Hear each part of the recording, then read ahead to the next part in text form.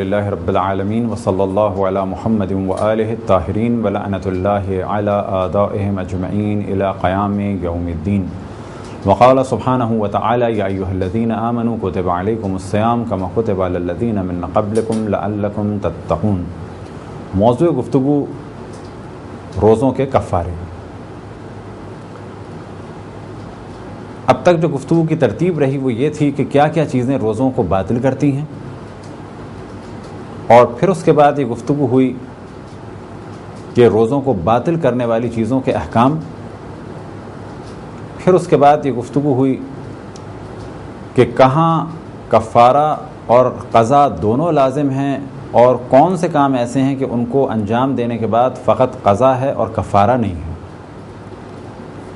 اب گفتگو کا عنوان ہے روزوں کا کفارہ۔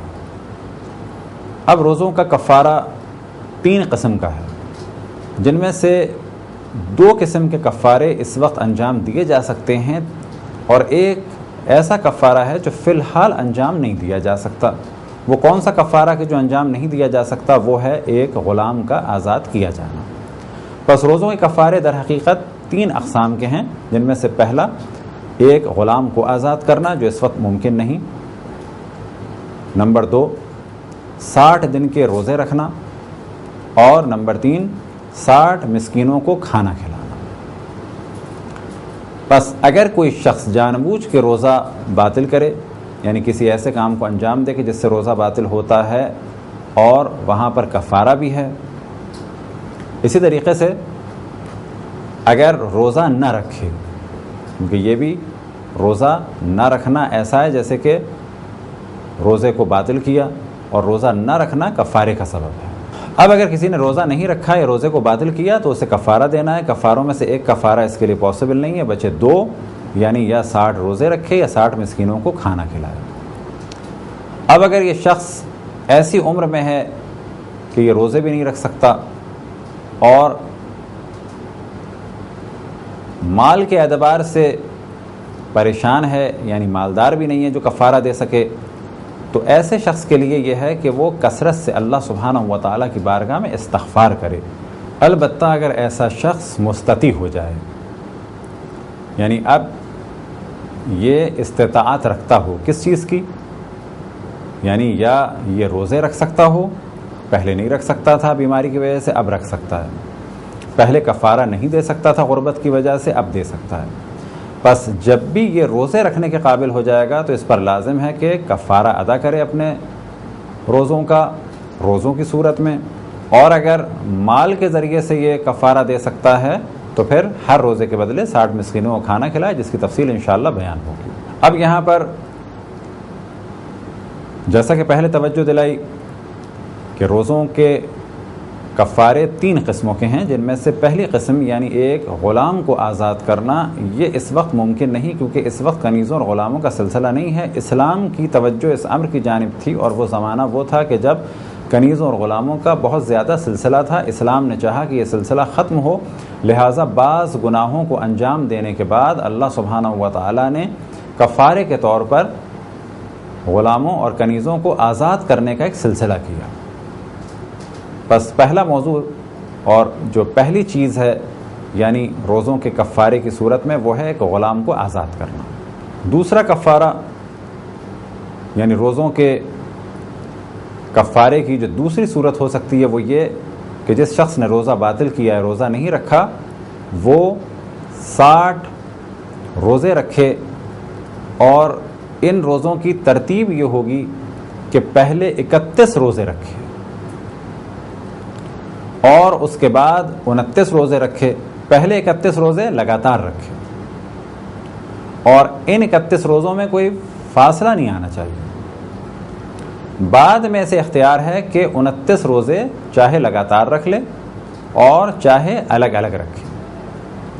بس پہلا کام اس کا یہ ہے کہ 31 روزے رکھے لگاتار، اور بعد میں سے اختیار ہے کہ چاہے لگاتار رکھے اور چاہے جدا جدا۔ اب 31 روزوں کے بارے میں توجہ ہو کہ اگر اس نے بیچ میں ایک دن بھی جان بوجھ کے روزہ چھوڑ دیا تو اس کو دوبارہ سے روزے رکھنے پڑیں گے، فرض کریں کسی نے 28 روزوں کے بعد ایک روزہ جان بوجھ کے چھوڑ دیا تو اب اسے دوبارہ ایک کر کے 2 اور 3 کر کے 31 روزے رکھنے پڑیں گے اور پھر 29 رکھنے ہوں گے. جو اس نے 28 رکھے وہ اس کے کاؤنٹ نہیں ہوں گے کفارے کے اعتبار سے. اسی طریقے سے اسے توجہ دینی ہے کہ جب کفارے کے لیے 31 روزے رکھنا شروع کرے تو یہ پہلے سے حساب لگا لے کہ اس دوران کوئی ایسا دن تو نہیں ہے کہ جو پہلے توجہ دلائی کہ جس میں روزہ رکھنا حرام ہو. مثال کے طور پہ کسی نے کفارے کا روزہ رکھنا شروع کیا 1 ذی الحج سے، 9 ذی الحج تک اس کے روزے صحیح ہو گئے، 10ویں ذی الحج کو روزہ رکھنا حرام ہے، یہ 9 روزے اس کے بیکار ہو گئے، یعنی کفارے میں کاؤنٹ نہیں ہوں گے. اب انشاءاللہ اس کو ثواب ضرور ملے گا لیکن کفارے میں کاؤنٹ نہیں ہوں گے. اسے 11 ذی الحج سے یا جب بھی چاہے دوبارہ روزے شروع کرنے ہوں گے. بس پہلا یہ کام اور یہ توجہ رہے کہ جب 31 روزے رکھنا چاہیں تو حساب لگا لیں کہ بیچ میں کوئی ایسا دن تو نہیں آ رہا کہ جب روزہ رکھنا حرام ہے، یا یہ کہ یقین اگر اسے ہے سفر پہ تو نہیں جانا، اگر پہلے سے پتہ ہے تو پھر روزے نہ رکھیں. اسی طریقے سے فرض کریں کسی نے منت مانی تھی 28 رجب کو 27 رجب کو روزہ رکھنے کی، بس یہ اگر پہلی رجب سے کفارے کے روزے رکھے تو 27 رجب کو، کیونکہ یہ منت مان چکا تھا اور یہ ایک واجب روزہ تھا اس پہ رکھنا، اور اس دن کفارے کا روزہ رکھنا اس کے لیے جائز نہیں ہے کیونکہ یہ پہلے سے منت مان چکا ہے 28 رجب کے روزے کی یا 27 رجب کے روزے کی. تو یہ حساب لگانا ہے کہ آیا جب میں 31 دن روزے رکھ رہا ہوں تو کوئی ایسا دن تو نہیں آ رہا کہ جس میں روزہ رکھنا حرام ہو، یا جس میں میرا کوئی اور واجب روزہ ہے کہ جو مجھے رکھنا ہے، یا ایسا کوئی یقینی سفر آ رہا ہو. اب اگر یہ سب کچھ ہوا تو کیا کرنا ہے؟ دوبارہ روزے رکھنا. لیکن فرض کریں کہ کسی نے 31 روزے شروع کیے اور بیچ میں اچانک سفر آ گیا، اچانک خط آیا یا فون آیا کہ جی والد کی طبیعت شدید خراب ہے اور تمہیں پہنچنا ہے. یہ سفر اس کا مجبوری کا تھا. اب یہ سفر پہ جائے گا. 20 روزے اس نے رکھے تھے، 21ویں روزے سے یہ سفر پہ چلا گیا تو یہ 20 روزے اس کے کاؤنٹ ہوں گے کیونکہ اسے پہلے سے علم نہیں تھا. مجبوری کے عالم میں یہ ہوا. اب باقی روزے 11 روزے یہ آ کے رکھے گا اور باقی 29 روزے پھر بعد میں چاہے ترتیب سے رکھے چاہے الگ الگ رکھے. اسی طرح سے اگر کسی خاتون نے 31 روزے شروع کیے تو بلا شک ایک پرابلم ان کے ساتھ آئے گا ماہانہ کہ جس میں روزے رکھنا حرام ہو جائیں گے. تو خواتین کے لیے چھوٹ ہے کہ حیض یا نفاذ میں یہ روزے نہ رکھیں اور جتنے روزے ہیں ان کے وہ کاؤنٹ ہوں گے، اور طہارت کے بعد دوبارہ روزے رکھنا شروع کریں اور جب یہ 31 ہو جائیں گے تو یہ 31 مانے جائیں گے، بعد میں 29 اور رکھیں. لیکن جیسے ہی حیض ختم ہوگا، جیسے ہی نفاس ختم ہوگا، ان کو دوبارہ روزے شروع کرنے ہوں گے. اسی طریقے سے جیسے ہی وہ شخص سفر سے واپس آئے گا تو اس کو دوبارہ روزے شروع کرنے ہوں گے. کفارے کی تیسری قسم، یعنی اگر کوئی ماہ رمضان کے روزے کا کفارہ ادا کرنا چاہے تو اس کی 3 صورتیں ہیں. تیسری قسم کیا ہے کہ 60 مسکینوں کو کھانا کھلائے. اب اگر کوئی 60 مسکینوں کو کھانا کھلانا چاہے تو یہاں پر مختلف سوال ابھرتے ہیں ذہن میں کہ یہ 60 مسکین الگ الگ ہوں یا 15 مسکینوں کو 4 دفعہ کھلا دیں، یا یہ کہ 30 مسکینوں کو 2 دفعہ کھلا دیں. تو جواب یہ ہے کہ 15 کو 4 دفعہ کھلائیں گے تو بھی 15 کاؤنٹ ہوں گے، اور 30 کو 2 دفعہ کھلائیں گے تو 30 کاؤنٹ ہوں گے. ایک روزے کے بدلے 60 مسکینوں کو کھانا کھلانا ہے، اطعام کرنا ہے 60 فقراء کو، یعنی 60 فقراء کو ایک روزے کے بدلے. اب یہاں پہ سوال پیدا ہوتا ہے کہ 60 فقراء کو ہم کھانا کھلانے کے بجائے پیسے دے دیں،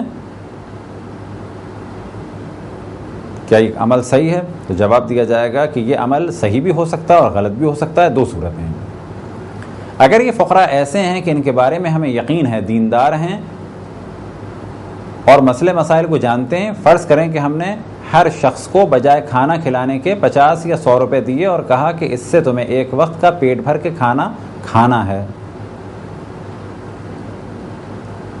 البتہ اگر وہ 100 روپے کا کھانا 2 دفعہ بھی کھا لے تو یہ اس کے اپنا اختیار ہے، لیکن ایک دفعہ اس سے پیٹ بھر کے کھانا کھانا ہے، ان پیسوں کو کسی اور جگہ نہیں لگانا ہے.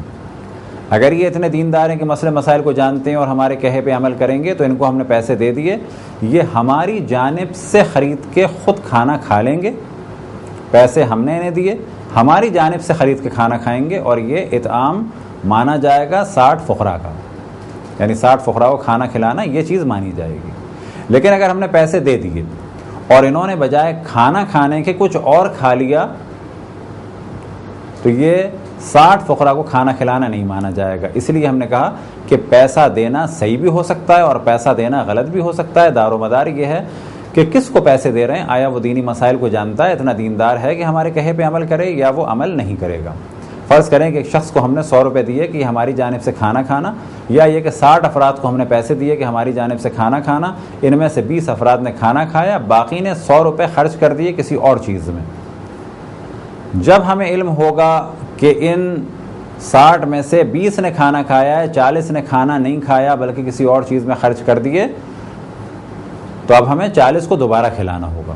لہذا احتیاط یہی ہے اور بہتر طریقہ یہی ہے کہ کھانا پکوا کے یا کسی بھی طریقے سے ڈائریکٹ کھانا کھلوایا جائے۔ اب یہ کھانا کتنا ہو اور کس معیار کا ہو، جو بھی چیز کھائی جاتی ہے، اگر پیٹ بھر گیا ان کا، ایک دفعہ پیٹ بھر گیا تو یہ کافی ہے۔ مقدار کتنی ہو؟ مقدار اتنی ہو کہ ان کا پیٹ بھر جائے۔ معیار کیسا ہو کھانے کا؟ کھچڑی بھی ہو سکتی ہے، بریانی بھی ہو سکتی ہے، قورمہ بھی ہو سکتا ہے، پزا بھی ہو سکتا ہے، برگر بھی ہو سکتا ہے۔ اب وہ کھانا آپ خود پکا کے کھلا دیں اور پر ہیڈ 50 روپے یا 30 روپے کا پڑے، چاہے کسی 5 اسٹار ہوٹل میں 60 افراد کو لے جائیں اور ہر فرد کا کھانا جو ہے وہ 1000 روپے کا پڑے، یہ آپ کے اختیار میں۔ آپ پر کفارے کے طور پر لازم ہے کہ آپ 60 غریبوں کو جو مومن ہوں انہیں کھانا کھلائیں پیٹ بھر کے، چاہے پکا کے، چاہے کھچڑی، چاہے روٹی اور انڈا ہو، چاہے روٹی پر کباب ہو، پیٹ بھرنا چاہیے 60 مومن فقراء کا۔ اب اگر کوئی کھانا نہ کھلانا چاہے تو کیا کرے؟ تو پھر وہ ہر فقیر کو بجائے کھانا کھلانے کے ایک مد طعام دے، یعنی ایک مد طعام یعنی ایک مد کھانا دے۔ بعض دفعہ ہم بعض فقہی الفاظ جو استعمال کرتے ہیں اس کا ہدف یہ ہے کہ ان الفاظوں کو مومنین سنیں اور اپنی زبان پر جاری کریں، اور کم سے کم یہ کہ ان الفاظ سے آشنا ہو جائیں۔ مثال کے طور پہ اسی نشست میں جو ہم نے بعض الفاظ استعمال کیے، اطعام سے 3 فقراء کا یعنی 60 فقراء کا، تو اس قسم کے الفاظ سے آشنا ہونا چاہیے تاکہ جب بھی جہاں بھی فقہی محافل میں یا مجالس میں یا درسوں میں یا کتابوں میں ان الفاظ کو دیکھیں یا محافل میں سنیں تو اس وقت کوئی مشکل نہ ہو سمجھنا۔ جب ہم مختلف علوم کی مختلف اصطلاحات کو سمجھ سکتے ہیں، مختلف علوم کے مختلف سخت الفاظ کو سمجھ سکتے ہیں، تو پھر دین کے بارے میں جو مختلف الفاظ ہیں یا خاص ٹرمنالوجیز ہیں ان کو ہم کیوں نہیں سمجھ سکتے؟ اب یہاں پر سوال یہ پیدا ہوتا ہے کہ ایک مد طعام کتنا ہے؟ مد طعام، مد ایک مقدار ہے، بس پہلا مرحلہ یہ آئے گا کہ یہ مد کتنی مقدار ہے، اور طعام یعنی کھانا۔ بس اگر ہم کھانا نہیں کھلا سکتے، اطعام نہیں کر سکتے، اطعام کے معنی کھانا کھلانا، اگر ہم یہ نہیں کر سکتے تو کیا کریں؟ ہر فقیر کو یعنی ہر اس ضرورت مند کو یعنی 60 افراد کو کیا دیں؟ ہر ایک شخص کو ایک مد طعام یعنی ایک مد کھانے کی چیز دیں۔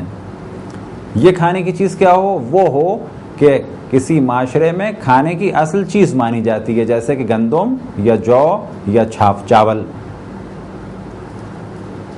یہ ہم دیں جو اصل کھانے کی چیز مانی جاتی ہے۔ اب یہ مد کتنا ہے؟ یہ مد جو مشہور قول ہے اور عام طور پر مراجع الزام فرماتے ہیں تقریباً سبھی 750 گرام،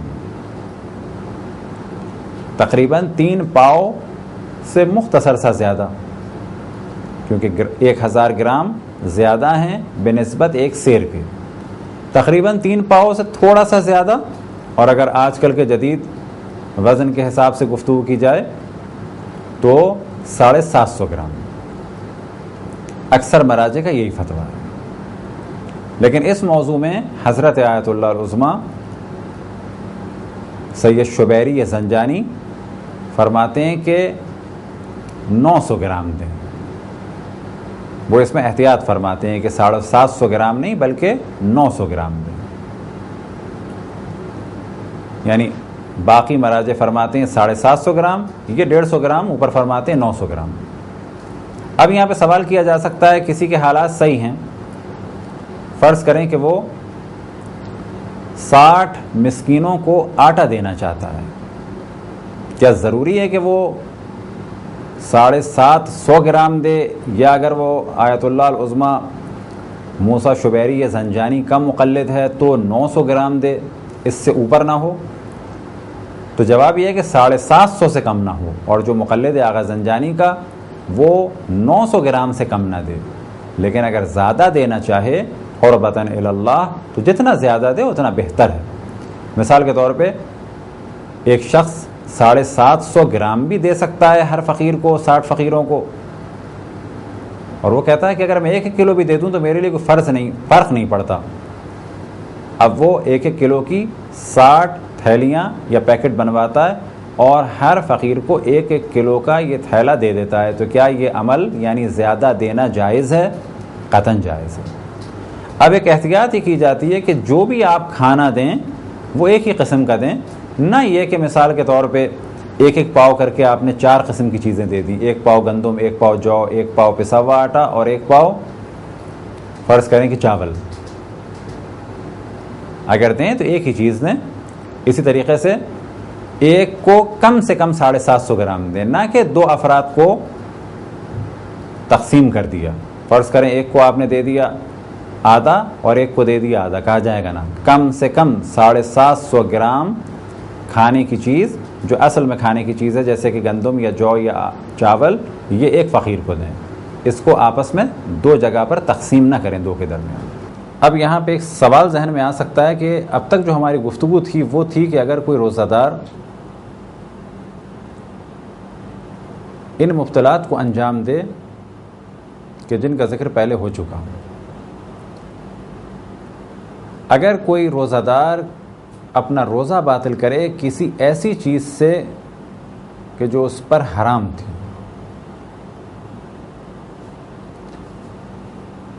تو یہاں سے مسئلہ 2 حصوں میں تقسیم ہو جاتا ہے. روزہ باطل کرنا ان چیزوں سے کہ جن کا ذکر ہوا وہ 2 قسم کی ہیں، البتہ ان میں سے بعض، مثال کے طور پہ کھانا یا پینا. اب یہاں پہ سوال یہ پیدا ہوتا ہے کہ اگر حرام چیز سے روزہ باطل کیا جائے تو اس جانب میں توجہ دلائیں کہ مفطرات صوم یعنی صوم کو باطل کرنے والی چیزیں ان میں سے بعض ایسی ہیں کہ حلال ہیں در حقیقت لیکن روزے میں حرام ہے، جیسے کہ کھانا یا پینا کسی حلال چیز کا. اگر کسی نے حلال چیز کھائی، فرض کریں کہ عام پاک اور پاکیزہ کھانا کھایا، تو اس کا روزہ باطل ہے، قضا بھی لازم ہے اور کفارہ بھی دینا ہوگا. لیکن اگر کھانے یا پینے کے ذریعے سے اس نے اپنا روزہ باطل کیا لیکن یہ کھانا اور پینا حرام تھا، مثال کے طور پہ اس نے شراب پی کے روزہ باطل کیا، یا غیر ذبیحہ گوشت یعنی وہ جانور کہ جیسے شرعی طریقے سے ذبح نہیں کیا گیا اس کا گوشت کھایا، یا سور کا گوشت کھایا، یا کوئی ایسی غذا کھائی کہ جو حلال بھی تھی اور پاک بھی تھی لیکن اس کا کھانا اس کے لیے نقصان دہ تھا.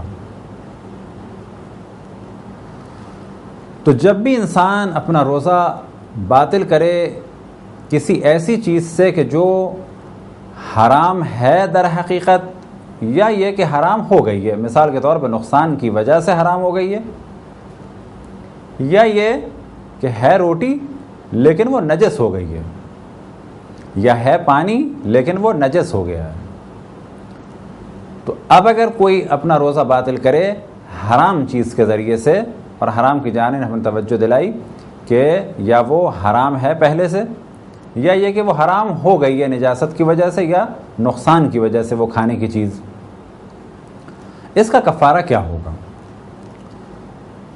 تو اکثر مراجع الزام یہ فرماتے ہیں کہ اس کا کفارہ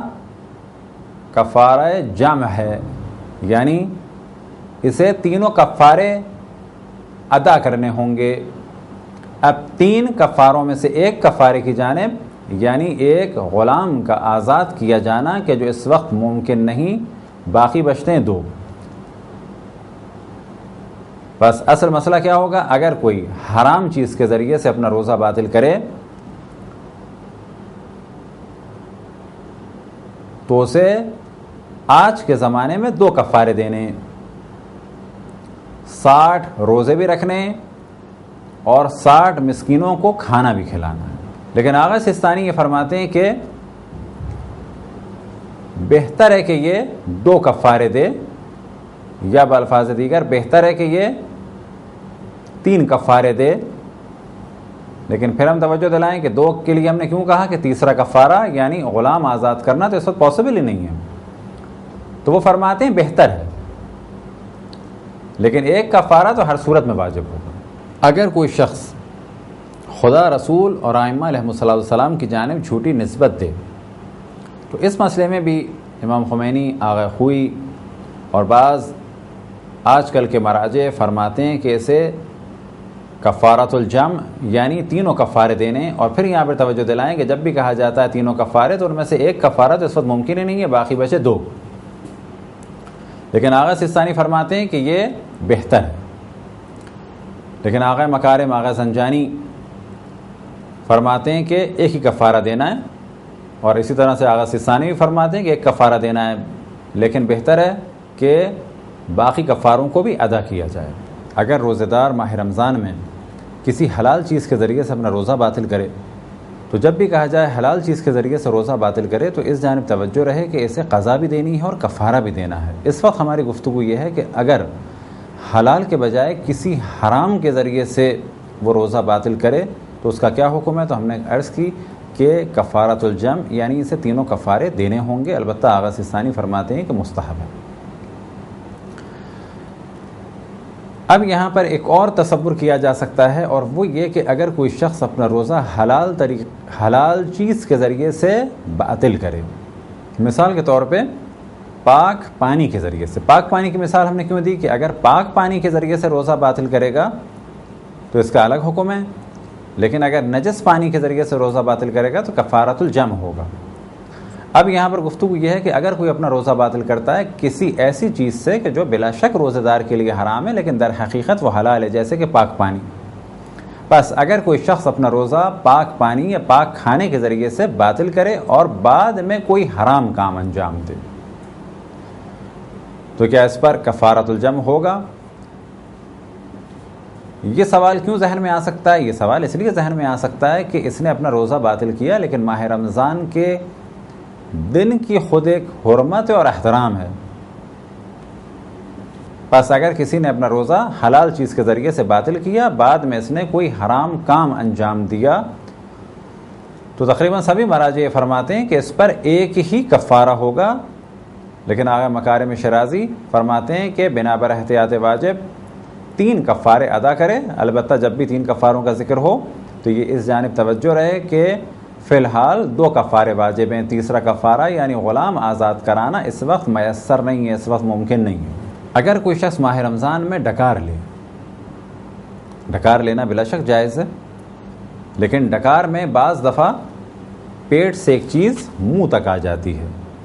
اب اگر یہ خود بخود واپس چلی گئی تو نہ قضا ہے اور نہ ہی کفارہ ہے، لیکن اگر یہ چیز منہ میں آ گئی تو لازم ہے کہ اس کو تھوک دیا جائے اگر اختیار ہے، لیکن اگر منہ میں آنے کے بعد بھی اختیار نہیں رہا اور واپس چلی گئی تو نہ قضا ہے نہ کفارہ۔ لیکن فرض یہ کریں کہ منہ میں آئی، جب ہم نے ڈکار لی تو کچھ چیز منہ میں آ گئی پیٹ سے نکل کے، اور جان بوجھ کے ہم اسے واپس اندر لے گئے، تو اگر کوئی جان بوجھ کے واپس لے گیا اس چیز کو تو اس پہ قضا بھی لازم ہے اور کفارہ بھی لازم ہے۔ لیکن اگر وہ چیز نجس تھی، مثال کے طور پہ ڈکار آئی اور ہمیں یہ علم ہے کہ اس ڈکار کے ساتھ ساتھ خون بھی تھا، اگر اس خون کو ہم اندر لے گئے تو یہاں پر کہا جائے گا کہ اس شخص نے حرام چیز کے ذریعے یعنی خون اندر لے جانے کے ذریعے سے اپنا روزہ باطل کیا، پر بس اس پر بھی اکثر مراجع کے نزدیک 3 کفارے واجب ہیں، لیکن جیسا کہ پہلے توجہ دلائی کہ آیت اللہ عظمی سستانی فرماتے ہیں کہ بہتر ہے کہ 3 کفارے ادا کیے جائیں۔ اگر کوئی شخص کسی ایسے شخص کے کہنے پر کہ جس کی بات پر بہت زیادہ اطمینان نہیں کیا جا سکتا اور نہ ہی اعتماد کیا جا سکتا ہے، اس کے کہے پر روزہ کھول لے، فرض کریں کہ ایسا شخص کہ بہت زیادہ وہ مسئلے مسائل سے بھی آشنا نہیں ہے اور اس کے قول کا بھی زیادہ معلوم نہیں ہے، یا یہ کہ اس کے قول پر اعتماد نہیں کیا جا سکتا اور وقت سے بھی وہ آشنائی نہیں رکھتا، بس ایسا فرد کہ جس کی بات پر عمل کرنا خود ہم مناسب نہیں سمجھتے اور اس کے قول پر مغرب سمجھتے ہوئے روزہ اگر افطار کر لیں، مثال کے طور پر اس نے کہہ دیا کہ مغرب ہو گئی، لیکن کیسا فرد؟ ایسا فرد کہ جس کے قول پر بہت زیادہ اعتماد نہیں کیا جا سکتا، اگر ہم نے کچھ کھا لیا یا پی لیا تو ہمیں قضا بھی دینی ہے اور ساتھ میں کفارہ بھی دینا ہے، کیونکہ اس کا قول معتبر نہیں تھا، ہمارے نزدیک وہ شخص معتبر نہیں تھا۔ لیکن اگر وہ شخص عادل تھا اور وقت کا بھی آشنا ہے اور اس کی بات میں بھی وزن ہے اور ہمیں یہ معلوم ہے کہ اسے کسی قسم کی کوئی ضرورت نہیں، نہ کوئی خوف ہے کہ جو ہمیں مس گائیڈ کرے، وہ وقت سے بھی آشنا ہے، مسئلے مسائل سے بھی آشنا ہے اور عادل بھی ہے، اگر اس کے کہنے پر ہم نے افطار کر لیا اور بعد میں یہ پتہ چلا کہ اس وقت مغرب نہیں ہوئی تھی، تو یہاں پر فقط قضا ضروری ہے لیکن کفارہ ضروری نہیں ہے۔ وہ کس وجہ سے کہ ہم نے اس کے کہے پر یقین کر لیا، کیونکہ اصل میں یقین خود ہمیں ہونا چاہیے اور ہمیں تحقیق کرنی چاہیے۔ اگر کوئی شخص ماہ رمضان میں اپنا روزہ باطل کر لے اور باطل کرنے کے بعد وہ مسافرت کرے تو کیا اس پہ سے کفارہ ساقط ہو جائے گا؟ تو جواب یہ ہے کیونکہ اس نے پہلے روزہ باطل کیا ہے اور بعد میں وہ کام کیا ہے کہ جس کے ذریعے سے روزہ اس پہ سے ساقط ہو جاتا ہے، یعنی مسافرت، تو ایسے شخص پر کفارہ اپنی جگہ پر باقی ہے، کیونکہ جب اس نے یہ کام کیا یعنی روزے کو باطل کیا یا کوئی ایسا کام کیا کہ جس سے روزہ باطل ہو جاتا ہے، در حقیقت اس پہ اس وقت روزہ واجب تھا۔ اب یہاں پر جانب توجہ دلائیں کہ فرض کریں شخص کا روزہ ہے، اگر یہ سفر پہ نکل جائے تو جیسے ہی شہر کی حدود سے باہر نکلے گا، حد ترخص سے پہنچے گا تو اس کا روزہ ختم ہو جائے گا، اس کے لیے کھانا پینا جائز ہو جائے گا۔ لیکن اس نے کھانا پینا کب کیا؟ اس شخص نے کہ ابھی یہ شہر میں تھا، پہلے اس نے کھا لیا پی لیا، روزے کو باطل کر لیا، اب اگر سفر کرتا ہے تو اس کا کفارہ اس پر باقی ہے، جس طریقے سے عام لوگوں پر باقی ہوتا ہے، سفر کرنے سے اس کا کفارہ معاف نہیں ہو سکتا۔ اگر کوئی خاتون اپنا روزہ باطل کر لیں اور بعد میں انہیں جو ماہانہ نجاست کے مسائل ہوتے ہیں پیش آئیں تو ایسی صورت میں ان پہ کفارہ نہیں ہے۔ یہ فتویٰ تو ہے امام خمینی کا، لیکن آغا خوئی فرماتے ہیں کہ بنا بر احتیاط واجب کفارہ دے، اور آغا سستانی یہ فرماتے ہیں کہ بہتر ہے کفارہ دے۔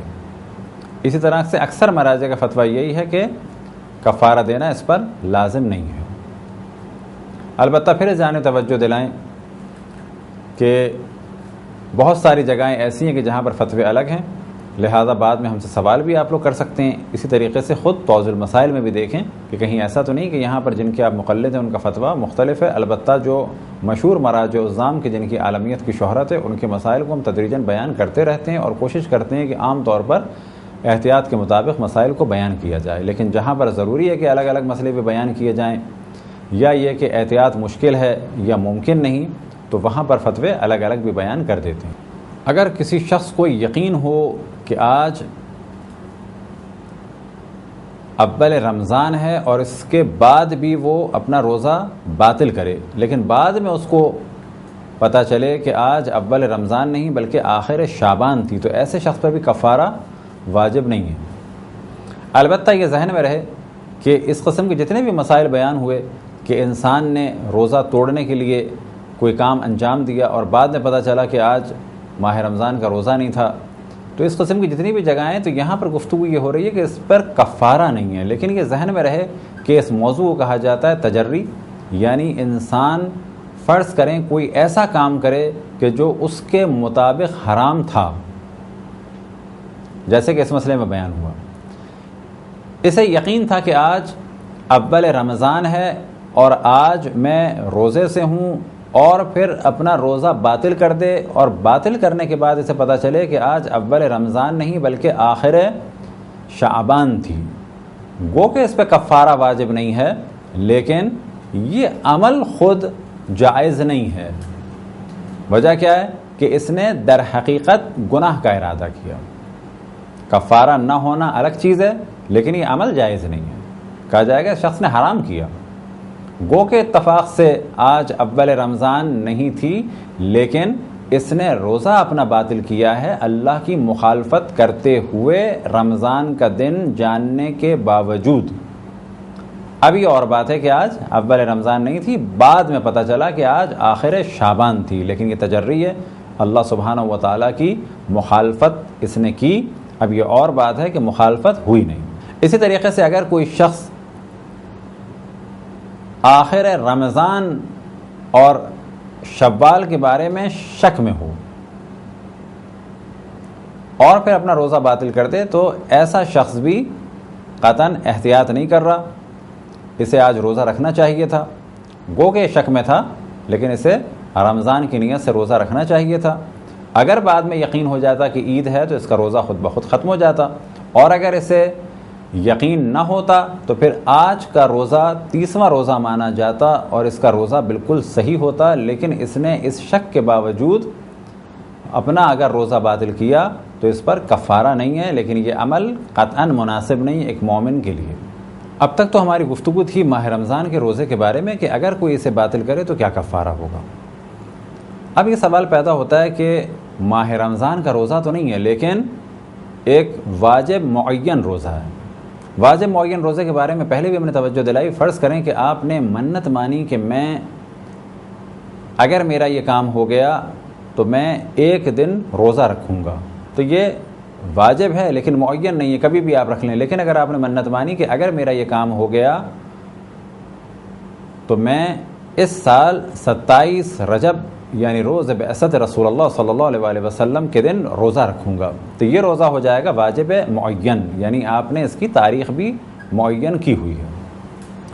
تو جو مسائل کفارے کے ماہ رمضان کے روزے کے بارے میں ہیں، یعنی اگر کوئی ماہ رمضان کا روزہ باطل کرے تو اس پہ قضا بھی ہے اور کفارہ بھی ہے. بالکل اسی طرح سے اگر کوئی واجب معین روزے کو باطل کرے تو اس پر قضا بھی ہے اور کفارہ بھی ہے. اب یہاں پہ سوال پیدا ہوتا ہے کہ اگر کوئی شخص ماہ رمضان کا قضا روزہ رکھے تو کیا وہ اپنے روزے کو باطل کر سکتا ہے؟ فرض کریں ایک شخص نے ماہ رمضان کا قضا روزہ آج رکھا تو ظہر سے پہلے تو یہ اپنا روزہ اگر توڑ دے تو اس پر کوئی حرج نہیں، کوئی کفارہ نہیں. لیکن اگر ظہر کے بعد، اور پہلے بھی ہم نے توجہ دلائی کہ ظہر سے مراد مسائل فقہی میں محلے کی اذان نہیں ہے، بلکہ ظہر سے مراد جب سورج نکلتا ہے اور جب انتہائی بلندی پہ پہنچنے کے بعد دوبارہ جھکنا شروع ہوتا ہے، یعنی زوال کی جانب آتا ہے، تو یہ ہوتا ہے زوال. اور اس زوال کو ہی کہا جاتا ہے کہ یہ وقت ہے اول ظہر کا. تو جیسے ہی سورج کو زوال ہو اس کے بعد اگر روزے کو کسی نے اپنے باطل کیا، کون سا روزہ؟ ماہ رمضان کا قضا روزہ، تو ایسے شخص کے لیے ظہر سے پہلے روزہ باطل کرنا جائز تھا جس کا ماہ رمضان قضا روزہ ہے، لیکن ظہر کے بعد روزہ باطل کرنا حرام ہے اور اسے یا 10 مسکینوں کو کھانا کھلانا ہوگا کفارے کے طور پر، یا 3 دن لگاتار روزے رکھنے ہوں گے. ایک سوال یہ ذہن میں آ سکتا ہے کہ کیا اگلے ماہ رمضان سے پہلے کفارہ ادا کرنا واجب ہے؟ تو جواب یہ ہے کہ اگلے ماہ رمضان سے پہلے کفارہ ادا کرنا بہتر ہے لیکن واجب نہیں ہے. یعنی جتنی جلدی کی جائے کفارہ ادا کرنا میں اتنا بہتر ہے.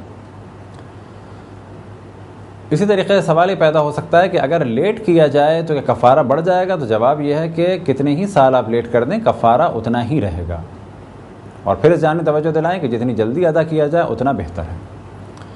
کفارے کے بارے میں پہلے بھی توجہ دلائی کہ اگر کوئی 60 مسکینوں کو کھانا کھلا کے کفارہ ادا کرنا چاہے تو اس پر لازم ہے کہ 60 مسکینوں کو الگ الگ پیٹ بھر کے کھانا کھلائے، چاہے وہ مہنگا ہو چاہے وہ سستا ہو۔ ایک آدمی اگر 4 افراد کے برابر کھاتا ہے تو وہ 4 افراد کے برابر کھانے والا ایک ہی مانا جائے گا، کیونکہ ہمیں 60 افراد کو پیٹ بھر کے کھانا دینا ہے۔ پیسے نہیں دے سکتے، صرف اس صورت میں دے سکتے ہیں کہ جب ہمیں یقین ہو کہ یہ ہمارے پیسوں سے ہماری جانب سے کھانا لے کے کھائیں گے یا کھلائیں گے۔ ایک شخص کو اگر ہم کھانے کے بدلے کچھ دینا چاہیں تو وہ 750 گرام کم سے کم آٹا یا گندم یا جو یا چاول یا کوئی بھی کھانے کی چیز اس کو دی جائے گی، اور 750 گرام سے کم بھی نہ دی جائے۔ البتہ زیادہ آپ دینا چاہیں تو دے دیں، لیکن ہاں ایک فرد کو 750 اور 750 2 دفعہ دے دیے جائیں اور کہا جائے کہ یہ ہم نے 2 افراد کو دے دیے، 2 نہیں مانے جائیں گے۔ بے شک آپ 750 گرام کے بجائے 7.5 کلو ایک آدمی کو دے دیں، ایک ہی مانا جائے گا۔ ہاں یہ ہو سکتا ہے کہ ایک آدمی کو آپ نے دیا اور یہ اپنے گھر والوں کو کھلائے، تو یہ آپ کر سکتے ہیں کہ ایک آدمی کے 9 گھر والے تھے، آپ نے اس کا حصہ بھی اسے دے دیا اور باقی 9 افراد کا بھی حصہ اسے دے دیا، حتیٰ دودھ پیتے ہوئے بچے کا بھی حصہ اس کو دے سکتے ہیں، اور اس طریقے سے یہ 10 ہو جائیں گے۔ تو یہ تھے مختصر سے مسائل کفارے کے بارے میں۔ انشاءاللہ اگلا جو موضوع ہوگا وہ یہی موضوع ہے، لیکن اس کا تعلق ہے شادی شدہ افراد سے۔ خداوند تبارک و تعالیٰ سے دعا ہے کہ بحق محمد و آل محمد ہمیں اپنے رسول اپنی حجتوں خصوصاً امام زمان علیہ السلام کی معرفت اور اطاعت کی توفیق عطا فرمائے۔ وصلی اللہ علی محمد و آلہ الطاہرین۔